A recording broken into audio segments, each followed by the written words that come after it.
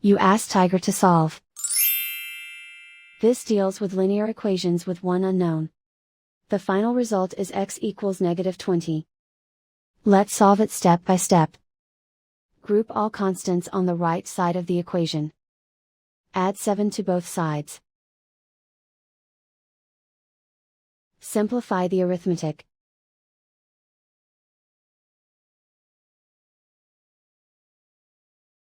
Isolate the x.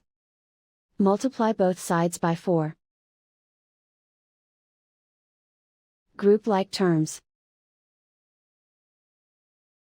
Multiply the coefficients. Simplify the fraction.